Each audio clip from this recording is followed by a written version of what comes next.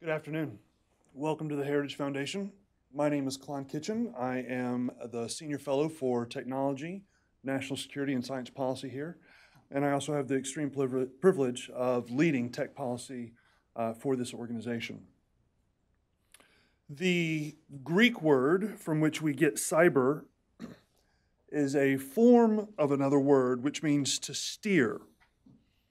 And today we're going to be asking the question, to what future are we being steered by cyber weapons and by cyber warfare?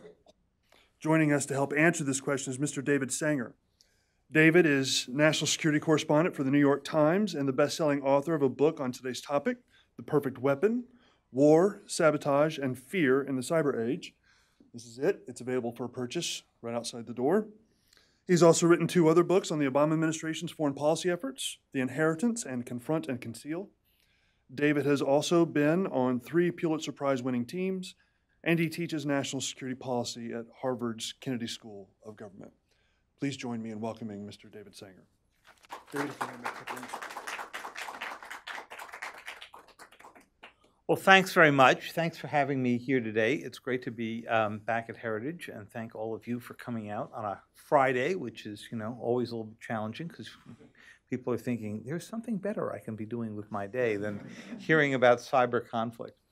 But I'm just going to give you just my, very short sort of 5-minute rundown about why I wrote this weapon, the perfect weapon, and then I'll really look forward to the conversation first with you and then with all of you. So I've been covering cyber issues for the Times for more than a decade.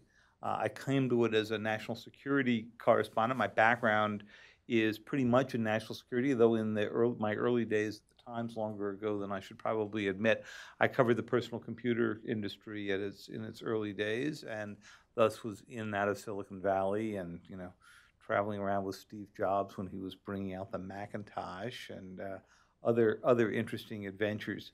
I then went off to be a foreign correspondent, came back, was White House correspondent for the Times, and as chief Washington correspondent, I began working on a book called The Inheritance, which was about what President Bush was leaving President Obama. It came out just weeks before Obama was inaugurated.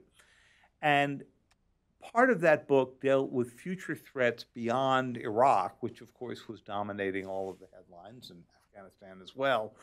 And I dealt at some length with Mike McConnell, the former director of national intelligence, who had been trying to get the Bush administration's heads around cyber threats. And I wrote some about that in the book, including the interesting fact that I came across as I was getting the book finished up, which was that President Bush had authorized the first computer attacks on Iran for its nuclear facilities, in part to try to slow the Iranians down, but in part to try to have a joint project with the Israelis that would keep them from bombing these facilities.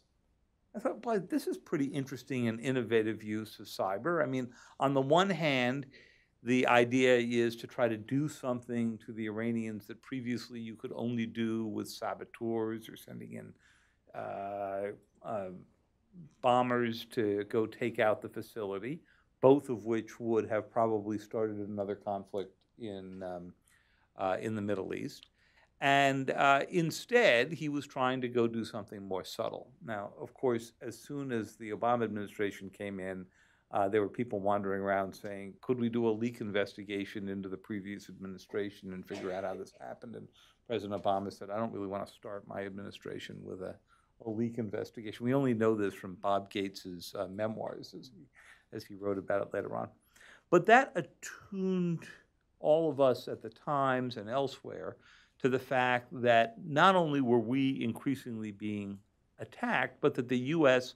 was thinking in operational terms about how cyber weapons could fit into its broader national security strategy.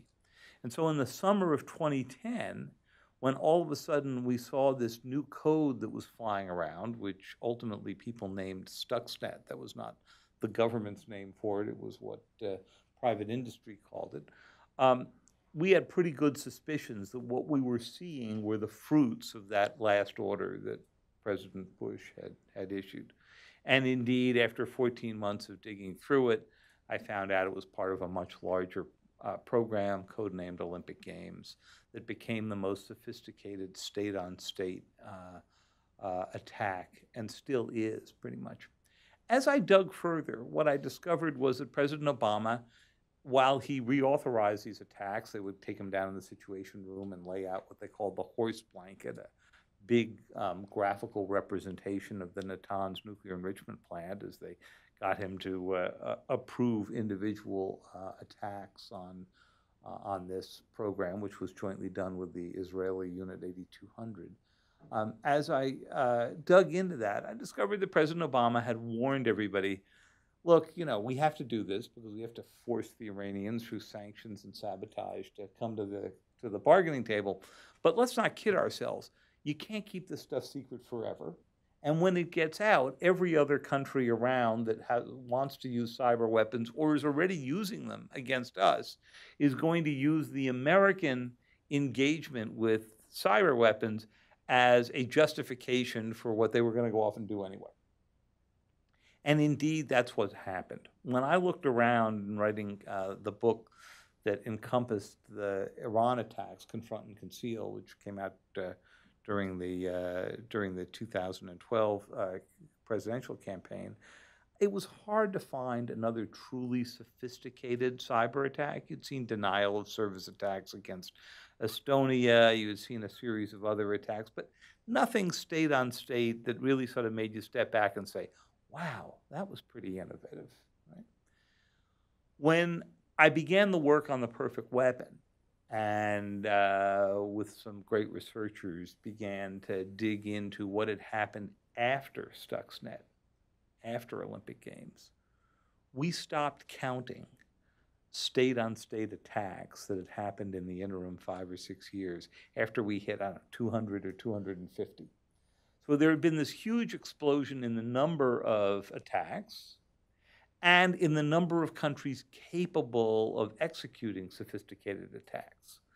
You could have counted those on one hand when the United States did the initial attacks on Iran. And now there are probably 35, maybe 40 countries capable of doing these, and 4 that have been extremely active: Russia, China, North Korea, Iran. The book takes you through the lessons learned in a number of these, but just to bring you down to 2 or 3 of them. First, we have a perfect intelligence record when it comes to dealing with major cyber attacks aimed at American infrastructure companies or the government. For the major sophisticated attacks, we have predicted and stopped 0 of them, at least the ones that have become public.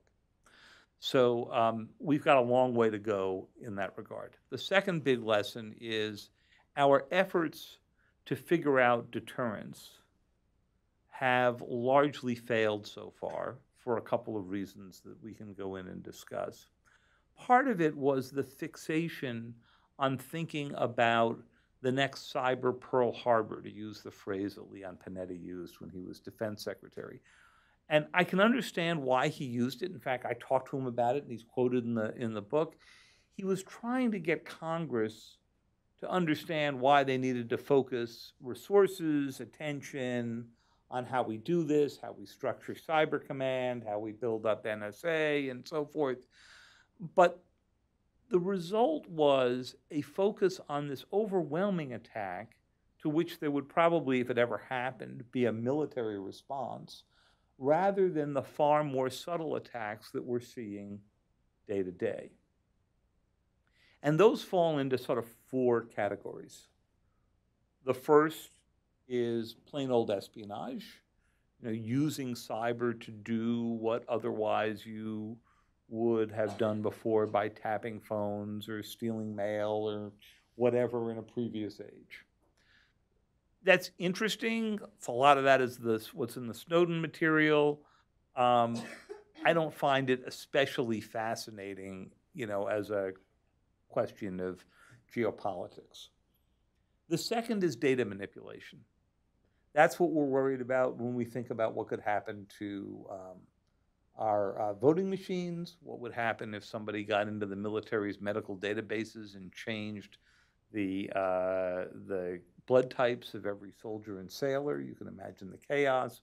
What would happen if they got into the financial system and managed to change just enough digits that you could throw the entire system into chaos and undercut trust in it? The third are physical attacks, where you're using a computer-connected system, or what's called a SCADA system, a command and control system, to go affect real-life machinery. That was the attack on the Iranian facilities, but it was also the North Korean attack on Sony, which was in response to trying to get Sony to stop distributing a truly bad movie. Which had called The Interview, which had envisioned a couple of journalists who were going in to interview Kim Jong-un, and the CIA tries to sign them up to assassinate him. Having hung around in newsrooms for as many decades as I have, I can't think of a group that would be least suited to that task, but that's another issue and another lecture. Okay. Right. But it's also the Iranian attack on the Sands Casino in Las Vegas, after the owner of the casino, Sheldon Adelson, had once suggested ways in which you could drop nuclear weapons into the Iranian desert to send them a message. They decided to send a message first by melting down the hard drives in the casino one morning. A Russian attack on a German steel mill. The list goes on. And of course, it's what we all worry about when we think about the implants that we keep finding in our power grid or the emergency response system. And then the fourth category, and the one that's fixated all of us for the past 2 years, is information warfare, which has got a big range to it and can go from just amplifying old-fashioned propaganda to the more sophisticated things we saw the Russians do during the campaign. What I was trying to do in The Perfect Weapon was get people to understand that these are all on a continuum, that they all require different responses. The way the US government would deter or even respond to a hack against the utility grid is completely different than the way it would work to deter and respond to a hack that was intended to basically exploit Facebook and so forth. The second big argument of the book is that the secrecy that we have wrapped around cyber, which is even greater than the secrecy we wrapped around nuclear weapons after Hiroshima and Nagasaki made it pretty clear that we had the capability, has actually gotten in the way of our ability to protect ourselves and deter future attacks. It's gotten in the way for a couple of reasons. First, by not acknowledging what our capabilities are and defining some situations under which we would use them, even doing it loosely so you left your opponents in some doubt, we're stepping on our own ability to go impose a little bit of fear in the hearts of those who might first attack us.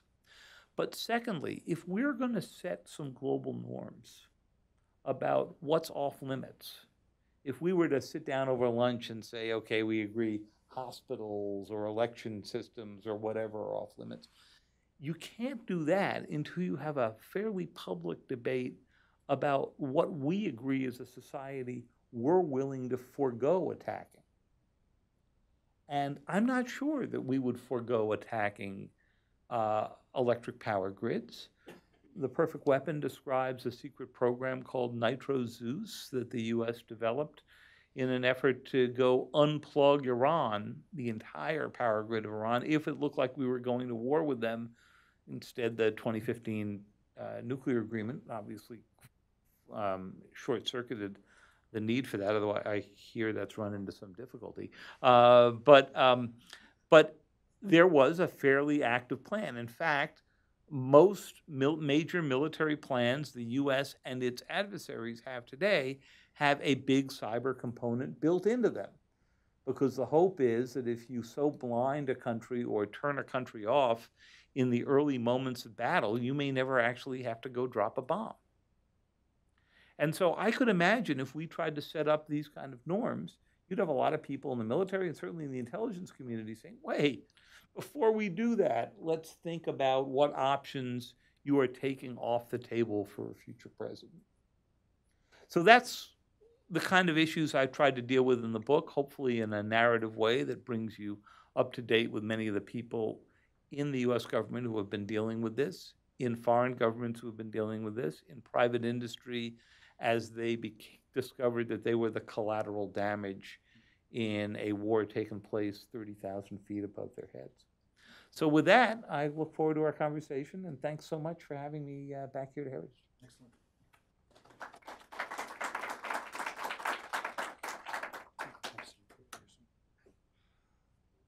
So what we'll do here is I'm going to ask a series of questions to get this ball rolling, and then we'll open it up to the audience for some additional questions. So David, I want to do a couple scene setter questions, and then we'll go maybe a little deeper. And you can just pull that mic right there. So many Americans, and certainly many politicians, are used to operating under the notion of U.S. military superiority. And certainly it is the case that the American cyber capacity and capability is significant, very capable, robust, and that kind of thing. But is it safe for Americans and U.S. policymakers to assume that those historical advantages are going to translate, one for one into the cyber domain? Do we have near-peer competitors? What's the state of play from your read? So I do think that the U.S. has a significant lead, but China, the Russians have got extremely good capabilities, and they're aided by the fact that this is a fairly easy and cheap kind of technology to put together. And that's why, it's one of the reasons that I called the book The Perfect Weapon, because if you think about the attributes of a cyber weapon, they're very inexpensive. You can dial them up and dial them down. You can calibrate them to avoid a military response, which is pretty much what's happened. I mean, the Russians rightly calculated that nobody was going to be starting a war over Facebook posts or even necessarily getting into state registration systems.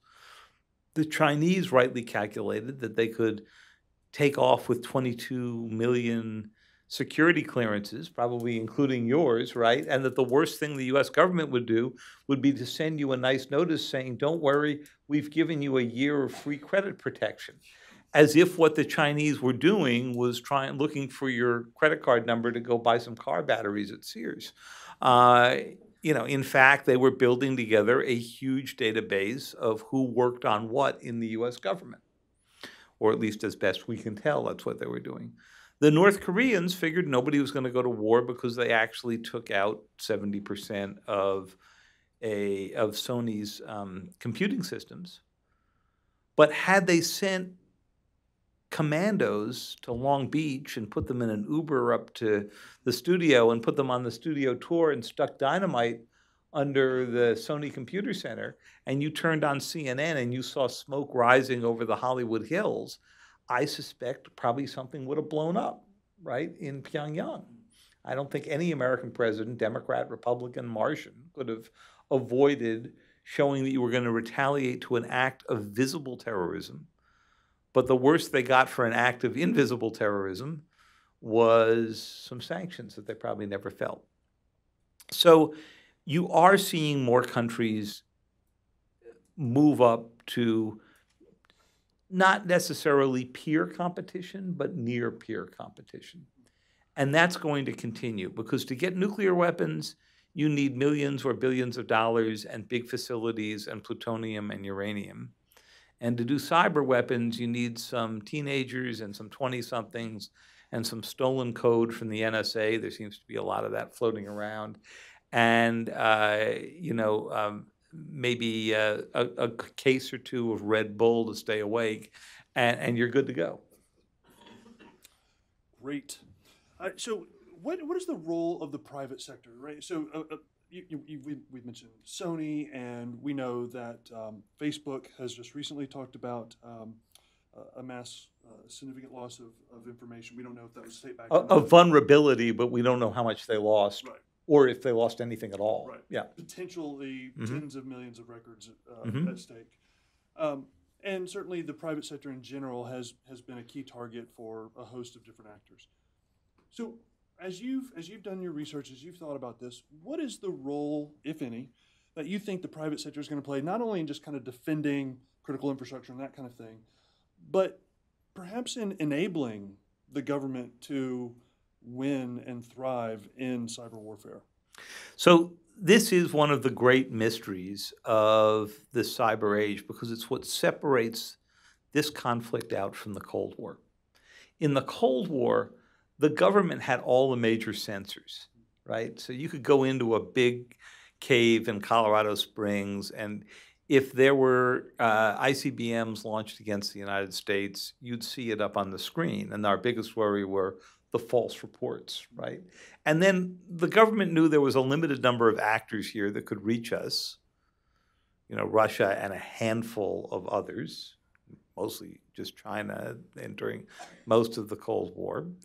And that's why they could devise a response. In cyber, there's no cave to go into.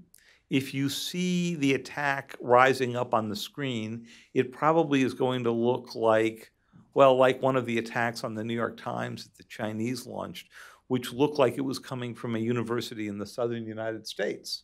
Well, of course, that was just the last hop before they came up into our systems. The third problem that the government runs into is that it does not necessarily possess the only means of retribution. And this is why the big issue of hacking back has come up.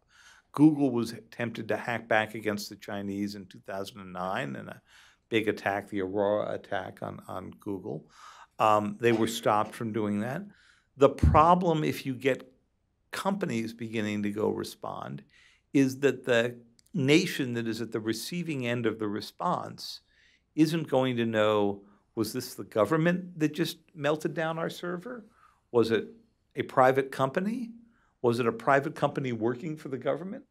Was it a couple of guys on lunch break from the company, and the company themselves didn't know? So you begin to run into all of these other issues. And then the last thing is that the detection system tends to be as good or better in private industry as it is in government. So we were talking about this before we came out here, but if there's a big hack that happens, the two of us tend to call our friends in private industry who are watching domestic networks before we'd call somebody in the US government, because they're much more likely to see this unfolding. So people keep talking about the information sharing as if it is, can the government share all this data with the private industry? The bigger issue is, what's private industry willing to go share with the government? And on what real-time basis are they willing to do it? And in some cases, are many of these companies unwilling to do it at all because of their concerns, as you've seen from Google engineers in recent times, that they don't want to be part of the new military cyber complex. Yeah, in the post-Snowden world, that conversation became much more complicated. It sure did. And in the book, I take you into a unit of Google that I went to visit right after Snowden, because Google was shocked to discover, except those people who had been tuned into the intelligence agencies, that the US government had gone in between in the lines that connected two Google servers or big server stations overseas, so that they could basically intercept messages between foreigners across these Google lines. And Google did not know about it, or said it did not know about it.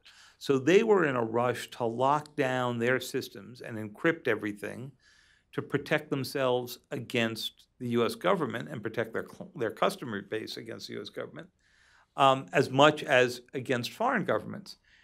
And that's another big difference in the Cold War, that the American technology base in the Cold War, Raytheon or Boeing or any of the other big contractors, they had a huge amount of revenue that came from the U.S. government. It was clear what team they were going to be on.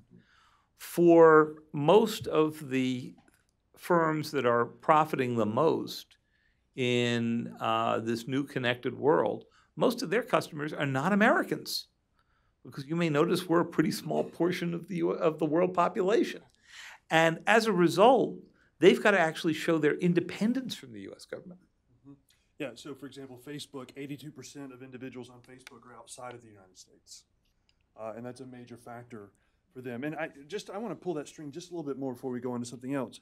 So when you see countries like China who deliberately use kind of compulsory economic policy, if you want access to our market, you have to turn over IP and that kind of thing. Is it the case that there are actors on the world stage, not the US, who actually aren't going to allow companies like Google to be neutral? Can they be neutral, actually? I think it's becoming increasingly difficult for them to be neutral. So you may have seen on Wednesday that the Trump administration announced new and I think long overdue rules for an incredibly bureaucratic sounding process in the U.S. called CFIUS. It's the Committee for Foreign Investment in the United States, which until now had just focused on the question of what do you do when China or another foreign nation wants to buy more than 50%, a controlling interest in a U.S. company. And we had all of these rules built around protecting our technology that were designed in a pre-internet age. And so now it's much easier since Wednesday to go look at what happens when they buy a minority share or set up a venture capital firm on Sand Hill Road in Palo Alto and look to fund startups and get a real good look at their technology, or joint ventures that may do all of that. But that's just the beginning, because while we're putting together those rules, the Chinese are putting together, and the Russians, rules that basically require you to store in China any of the data that you're collecting from Chinese citizens, which means that we're putting it there in a system where we know there is not Western-style legal process for whether or not the government can go in and get it. And one of the interesting contradictions that Google and Microsoft and Facebook and others are having to confront is, how do you go comply with those rules and yet still resist the U.S. government on issues of encryption? And I think my own personal view is the government needs to be pushed back because I think we need to encrypt just about everything we can for all the reasons we lay out and describe in the book. But they are really caught because governments are not going to allow you to be neutral. They're going to say, if you're going to do business in our country, you're going to store your data here and turn it over when we ask you to. Yeah, the problem of data localization. Yeah. Yeah. And it's peculiar because, Google just recently withdrew from the competition for the Department of Defense's cloud contract. That's right. And one of the things I found, which is their right as a private company, they can compete and not compete on whatever they like. But it was interesting to me, the rationale that they put out was that they had concerns that if they had won the contract and then fulfilled the contract, they were no longer sure that that would not violate their principles about how artificial intelligence and other technologies are being used by the government. And I think a lot of people look at that in the context of some of their engagement with China and I think have questions. That's right. I mean, it's one thing to say we're not an American company, we are an international company, and therefore we can't go do this. But obviously, if you store your data in China and somebody who disagrees with the Chinese government is expressing themselves or communicating over those networks, and you have stored it there because the Chinese are making you do it so they can get at it, you are at least complicit in the Chinese going after their own group of dissidents. So you made the alarming, I think, but correct observation that U.S. intelligence is essentially 0 for 0 or excuse me, batting zero on some of the major hacks from state-sponsored groups, at least the ones that we know about. That's right. What do you, in your investigation and in your writing, have you discovered what are some of the key deficiencies in what in the intelligence community we would call indications and warning? The idea of kind of seeing attacks coming and then being able to warn about them. Why is that not working? Well, in Pearl Harbor, the problem was that the radar was built but turned off. In this case, the radar hasn't been built for some very good reasons. First of all, there are privacy concerns in the United States, so you don't want the U.S. government roaming around in networks that you're using or businesses are using or that you're communicating with. And that was sort of the core of the Snowden revelations, at least what Snowden said he was doing. I don't think it's actually what he did much of, but what he said he was doing was revealing some domestic programs. And in that regard, he was partially successful because programs that President Obama had approved each year that included the NSA collecting, but not necessarily looking at, the metadata from every phone call made in the United States, he ended after it was revealed, right? Now, we can argue about whether that program was terribly useful. Most people at the NSA thought it should have been ended years before because it was a waste of money, but that's a separate question.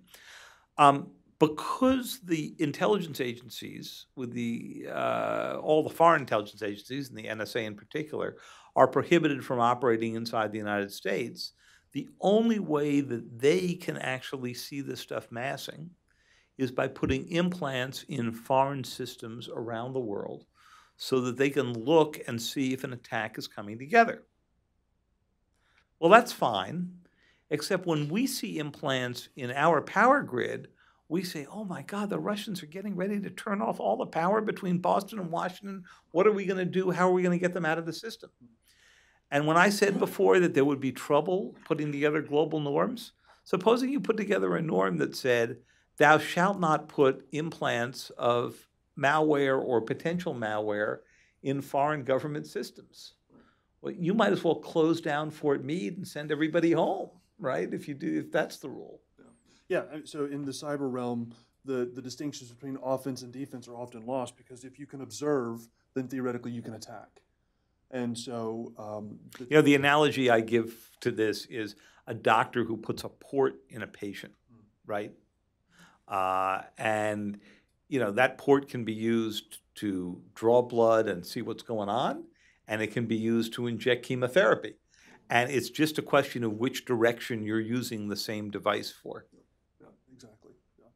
Yeah. Okay, so what cyber-related developments, cyber war, cybersecurity, whatever your flavor, developments are you anticipating of significance in the next 2 to 3 years? How do you think where do we go next? Well, it's an interesting question. So we're not seeing a huge amount of Russian activity and so forth in the 2016 election, despite all of the warnings. That kind of makes sense to me because a midterm election is really hard to hack into, right? Because you've got 460, 470 candidates. Can you imagine you're the poor guy sent off in Russia to go sit down and figure out, so in 3rd district in Missouri, this is she good for us or bad for us, right? Right? So I think what you're going to see in the midterm is Russia and other countries observing, practicing, thinking about new and different things they could do in the coming presidential election. Because clearly they can't run the same plays they ran in 2016. We'll be ready for that. Facebook's already announced that they're going to begin to try to identify, at least roughly regionally, where posts are coming from, so that if you see a Facebook post for secession in Texas, you have a little warning that says, I realize this looks like it comes from your neighbor down the street in Dallas, but actually it was put together in St. Petersburg. That would be Russia, not Florida, right? And so there are a lot of different warning signs we'll be ready for, which means that the other side's going to have to innovate along the way. One of the other big mysteries is, how does President Trump's new executive order, which he signed in August, which devolves power down to Cyber Command, to the NSA, so that they don't need presidential authorization for each and every attack. How does that actually play out in reality? It may not be that big a difference. Paul Nakasone, the general who's now running NSA, is done this for a long time, very cautious, very good at what he does. I'm not sure you're going to see the U.S. unleashed in a big way, but that's the next big issue. And then the third thing is, how do we respond to future cyber attacks? I'm pretty critical in the book of the Obama administration for not calling out the Russians for their attacks on the White House, the State Department, the Joint Chiefs of Staff. Because if Vladimir Putin didn't think he was going to pay a price for going into the White House, why would he possibly pay a price for going into the Democratic National Committee building a few blocks from here, which is largely staffed by college kids and not an official government organization? And so one of the things that we saw at the end of the Obama administration, and you've seen accelerated in the Trump administration, is calling countries out earlier. And I think that's good. The question is, are they embarrassable?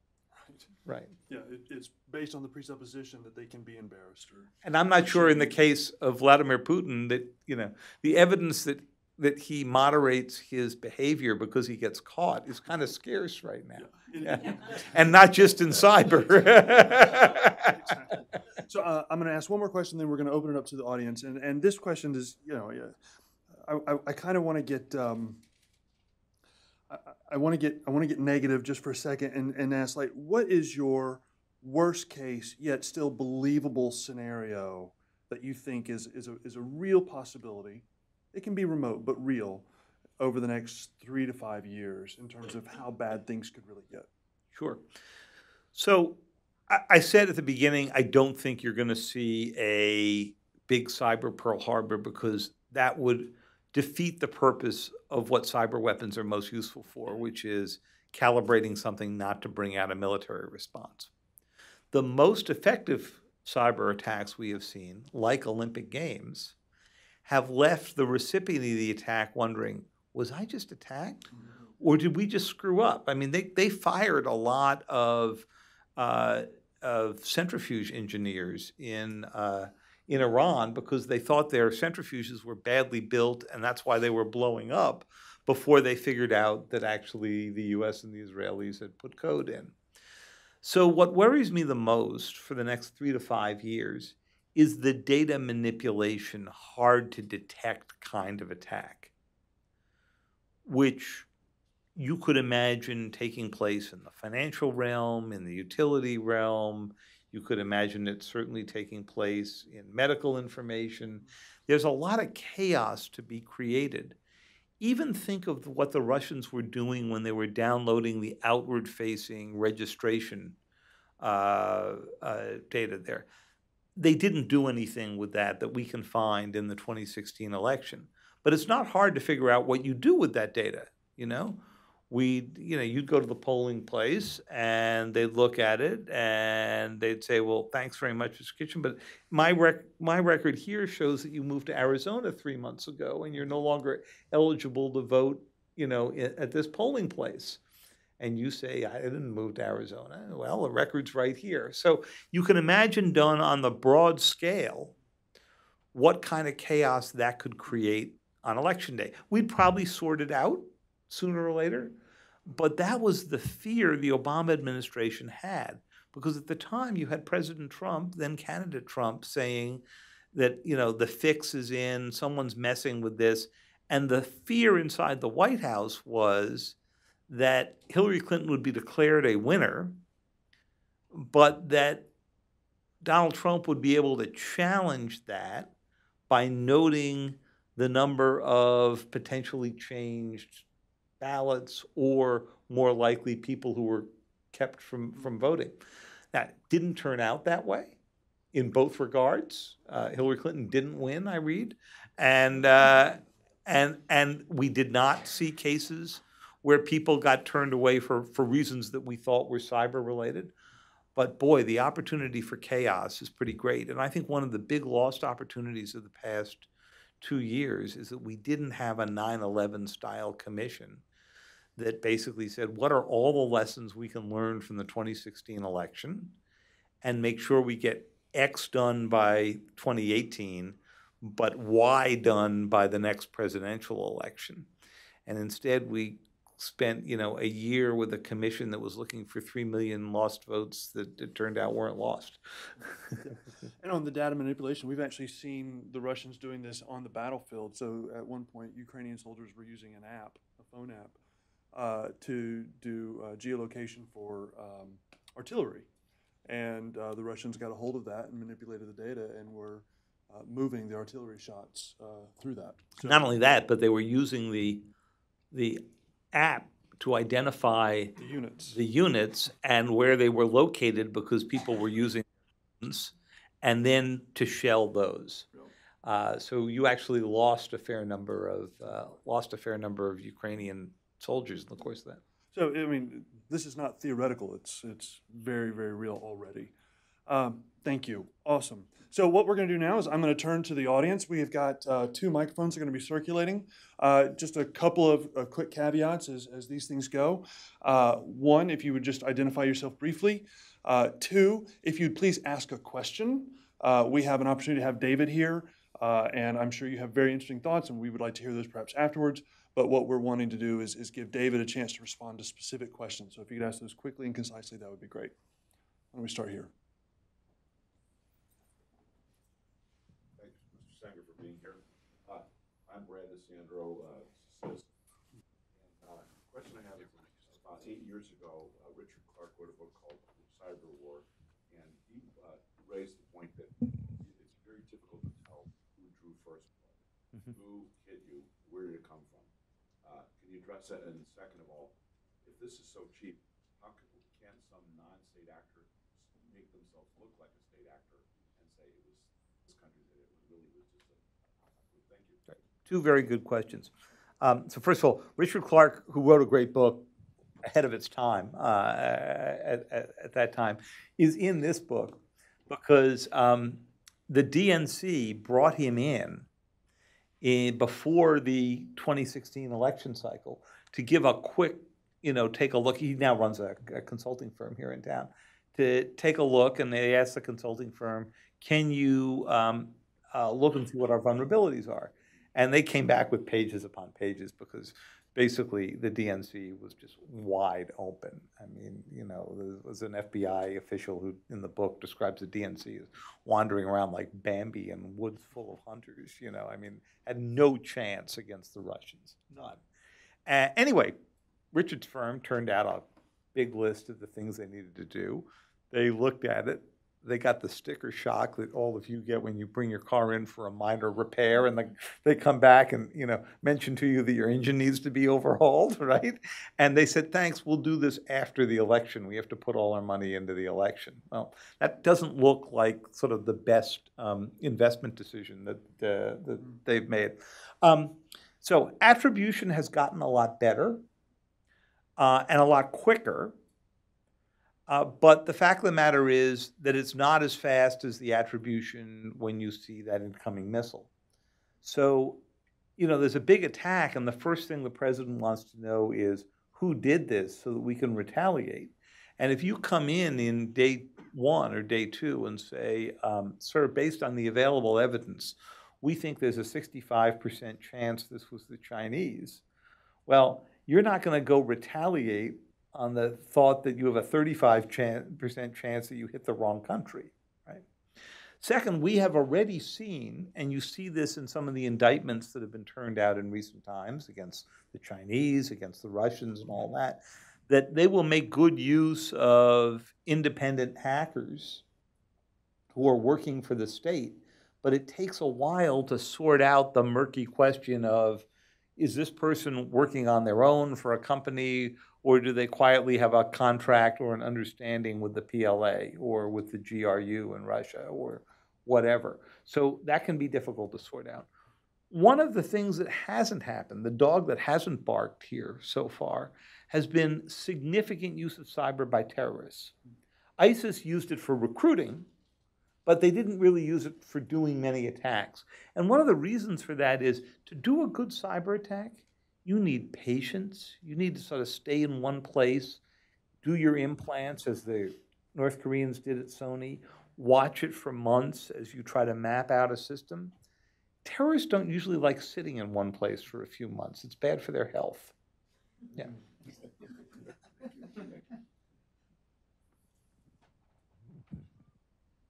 Hi, Carl Gollivan, retired special agent, U.S. Customs, 9/11 responder, domain reference, and ideallivesOn.net.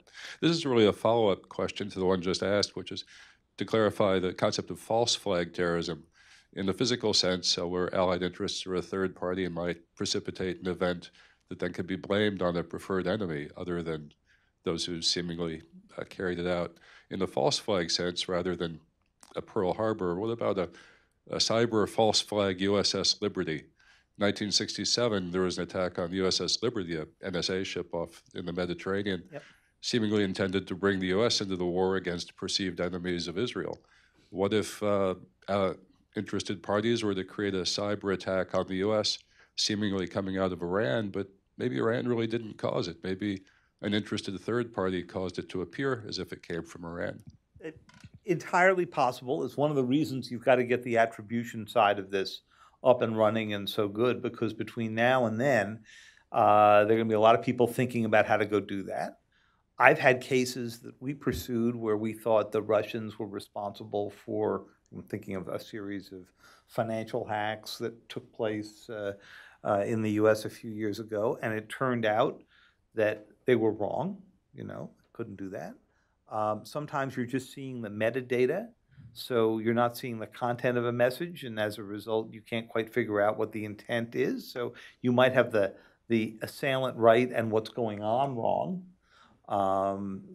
So each of these are, the things that keep people at the NSA and Cyber Command awake at night and keep novelists very busy. I don't know if any of you have had a chance yet. One of the few pleasures of the summer is I finally got a chance to go read some novels because I was finished with this. And if you go through the Bill Clinton, James Patterson, novel, The President is Missing, it's got some false flag cyber stuff built right into it. So this has already moved on to novels and the screen even before reality has completely caught up with it.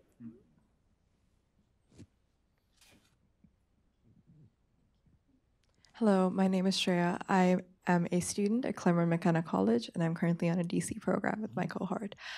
So you mentioned a lot about the US creating norms and the fact that norms haven't been firmly established, and the fact that the US is currently a leader in not only military and economic power, but also in building up cybersecurity.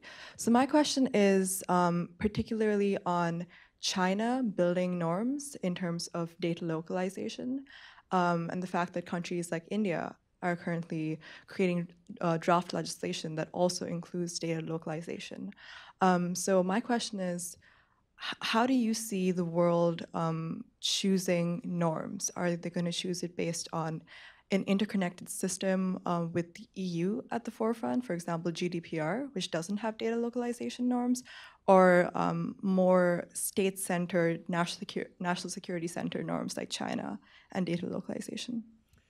Well, first, congratulations for living out the dream that all the rest of us have, because every time I'm out at the Claremont McKenna campus, I always think this looks like, why did I go to school on the freezing East Coast?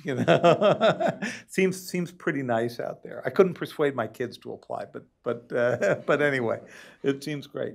So you've raised a really interesting question, because while we're sitting around debating these norms, and there's been a UN group of experts that began to put out some of these norms 2 years ago, they sort of ran out of road about a year ago, partly because the Chinese and the Russians took that away, and partly because the US couldn't figure out what it wanted. So what's happening in the interim is that the internet's getting balkanized, right?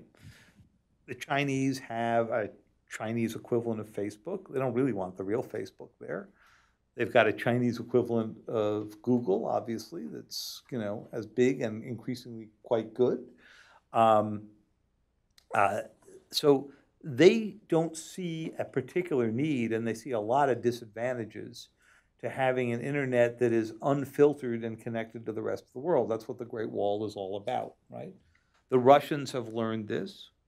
And what's really interesting is now as you go through the Middle East, people have begun to learn this as well. You know, if you think that the height of sort of the internet, the fantasy that the internet was going to democratize the world was sort of 2011 in the middle of the Arab Spring. And we're sitting there admiring, you know, all these kids in Tahrir Square who are organizing the protests over Facebook and Messenger and, you know, all of these other apps. And then it turns out that authoritarians have figured out that this technology can be hijacked by them to be used much more efficiently than the protesters have figured it out. And that while the internet's great for helping bring down governments, it's not really good for building up new and particularly democratic ones. So what's happened now is that this problem is going to become infinitely harder to solve because you have individual countries that are basically wiring a domestic internet and then controlling the gateway to everybody else. It's the exact opposite of what our vision was that the internet would bring about, that it would actually bring people in different societies at different levels of freedom, different economic status together.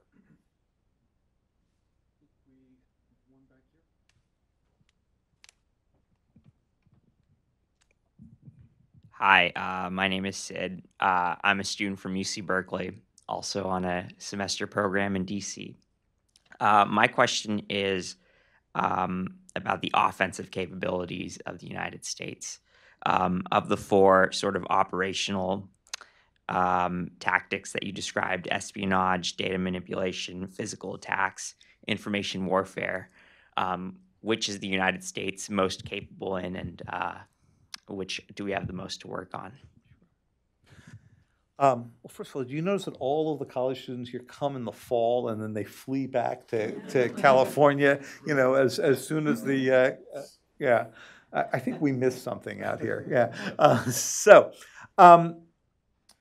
So we've done espionage for years and years. I mean, the NSA was created as a code-breaking espionage collection operation. We do offense pretty well. The Tailored Access Operations Unit, or what used to be called the Tailored Access Operations Unit of the NSA, was meant to and designed to go break into foreign computer systems. And there were a lot of tales in here of how they did that. They also ended up losing most of their weapons to a group called the Shadow Brokers that we have not entirely figured out, in a breach that was far worse than anything that happened with Snowden. Snowden revealed the names and designs of programs. This actually revealed the code. So that makes you wonder, you know, are we as effective now as we were before the Shadow Brokers breach? Now, none of these codes, none of these weapons last forever, so, you know, they have to get regenerated at various moments. But that has certainly cut into that some. Our biggest restriction that we face are our own laws and ethics, right? I mean, when a cyber weapon gets designed in the United States, it's immediately, you know, reviewed by teams and teams of lawyers. When we picked apart the Stuxnet code when it got out, what did we discover in it? A time limit, a date by which the entire code expired. Because the lawyers at the NSA did not want the cyber equivalent of unexploded landmines sitting around that could go off in the future. So it was used for a limited period of time. That was part of saying it's a proportional weapon. It's directed at a certain target. And that way, if it got out into the wild, as it did, it would drop dead at some point and not be an issue. Now, that also helps identify where it was done, because, you know, teenagers don't tend to put expiration dates into their malicious code, right? Lawyers put expiration, right? The Russians and the Chinese have much shorter lawyer meetings than we do, so to some degree we could do a lot of things that our own laws and following the laws of conflict keep us from doing. Our biggest vulnerability, though, and you'll see a lot of people quoted in the book, including James Clapper, who's written a very interesting book of his own, noted recently. The biggest problem that we run into is that you can't use your offense if your defense is so wide open that you would fear getting on an escalation ladder that you couldn't get off. And that's what happened in the debate, which you see played out in the book, inside the White House in 2016, as President Obama said, well, if we do this to the Russians, cut them off from the world financial system, expose Putin's connections to the oligarchs, what happens if they come back on election day? How vulnerable is our election infrastructure to them? And what he was essentially saying was, I can't use these weapons until you can assure me that you've sealed up the American system. And I'm not sure the American system's sealable. I think we've got time for one more. Hi, my name is Michael. I work for the Senate Republican Policy Committee. Given the projected rise of China in the next 25 years in terms of economic, technological, and military hard power, what is the likelihood that the acceleration of cyber attacks will bring us into a conflict? A lot of the examples that you've noted are proportional responses that haven't brought us into a direct conflict yet. What is the odd or the prospect that we reach a tipping point in which the accelerated attacks bring us into a conflict? That's a very good question. There are a couple of models here. One model is that we do our cyber stuff and they do their cyber stuff.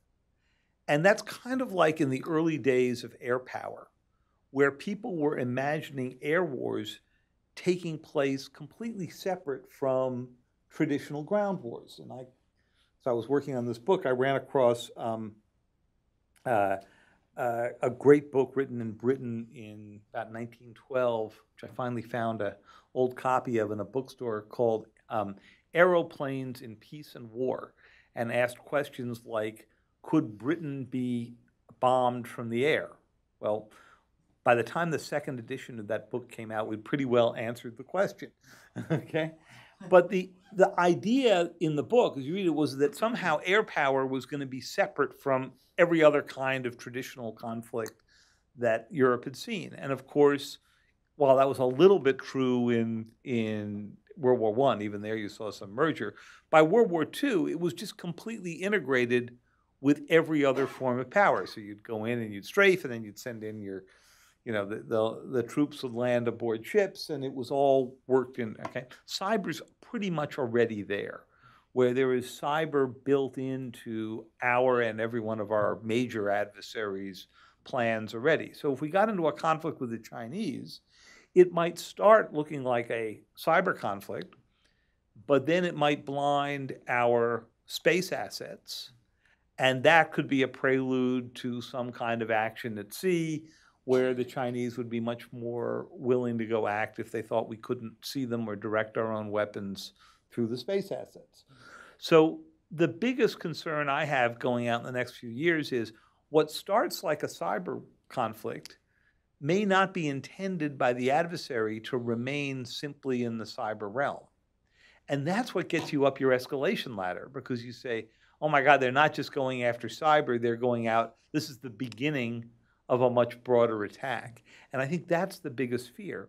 And it's the biggest concern in not having much communication, not only between the US military and the Chinese military, but between the US cyber forces and the Chinese cyber forces, because we don't understand each other's doctrine. And in some cases, we may not yet, or they may not yet fully have a doctrine. This was excellent. Thank you. Those were great questions.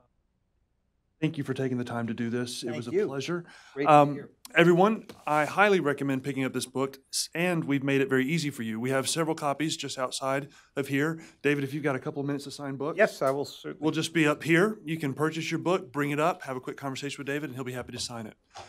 Let's all thank David one more time.